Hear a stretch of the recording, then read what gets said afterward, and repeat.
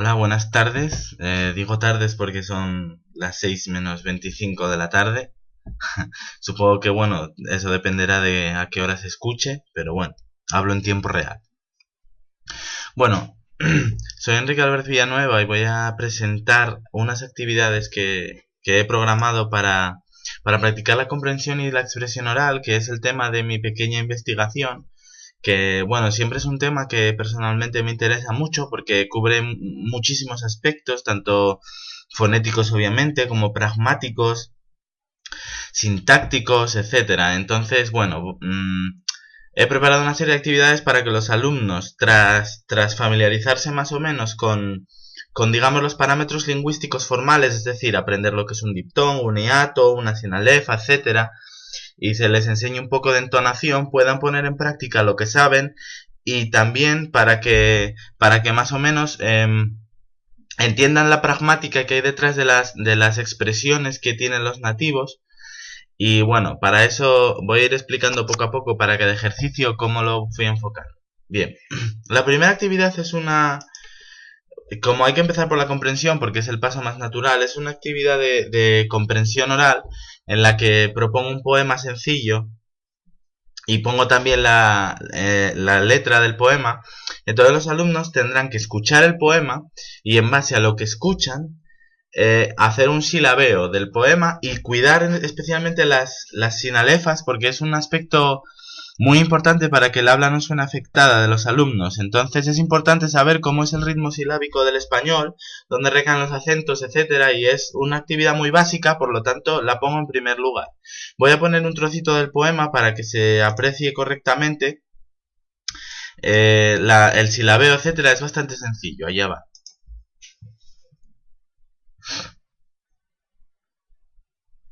El poema sencillo. Contra todo pronóstico el clavel abrazó a la azucena. Yo vi los campos llenarse de truenos y de nuevas flores. Contra todo vaticinio la hormiga roja amó a la abeja. Los árboles se inundaron de nuevos nidos de colores. De modo antinatural olvidaron los hombres la violencia. Bueno, como vemos es bastante pausado el ritmo del poema, no tiene palabras muy alambicadas, entonces se puede escuchar bastante bien y también distinguir las sílabas bastante bien. Bueno, se me olvidó decirlo antes, pero iba a decir que para un tema como la expresión y la interacción oral en general, las nuevas tecnologías son de suma importancia porque controlar el audio, también a veces el vídeo ayuda, etcétera. Este tipo de recursos son muy útiles porque además son más entretenidos que hacer dictados, etcétera, que es un poco más, digamos, aburrido para los alumnos. Bueno, vamos a pasar a la segunda actividad que tengo programada, que es otra actividad de comprensión oral muy importante porque los alumnos tienen que tener bien claro que las preguntas, las respuestas, incluso los estados de ánimo como el aburrimiento, el enfado, la impaciencia, etcétera, tienen una plasmación auditiva en la entonación. Entonces, la entonación, los rasgos entonativos de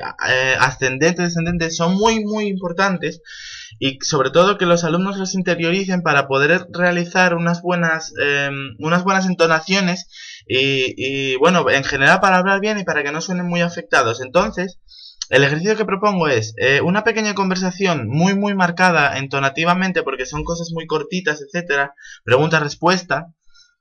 Y los alumnos lo que deberán hacer es marcar la pauta entonativa, es decir, por ejemplo, te vas tiene una pauta entonativa ascendente, por lo tanto ellos tienen que poner una flechita hacia arriba.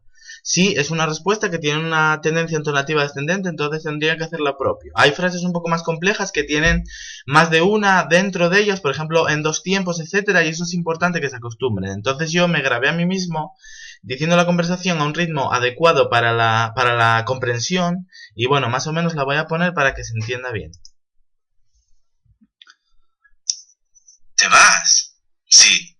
¿Por qué? Porque es tarde. ¿Cómo que es tarde? ¿Cómo te lo cuento? Ya son las 9.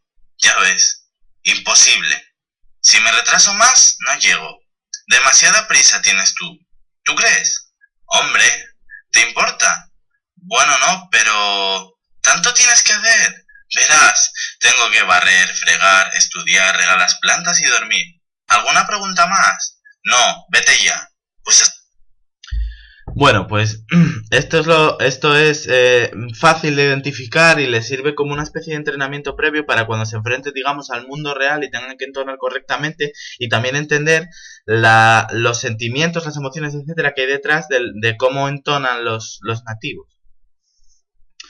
Vale, la siguiente actividad es un poco más compleja y también es de comprensión, porque bueno, hay que afianzar bien la comprensión antes de poder hacer nada.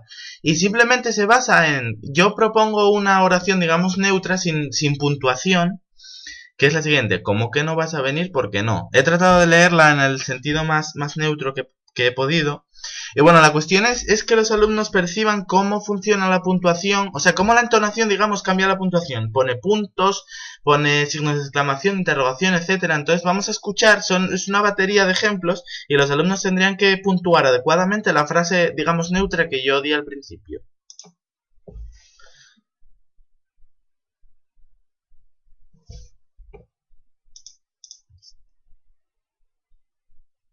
escucha con atención las siguientes oraciones y pon los signos de puntuación como corresponda.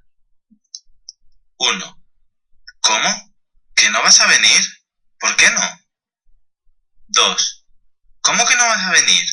¿Por qué no? 3. ¿Cómo que no vas a venir? ¿Por qué no? 4. ¿Cómo? ¿Que no? ¿Vas a venir? ¿Por qué no? 5. ¿Cómo? ¿Qué? ¿No vas a venir? ¿Por qué? ¡No!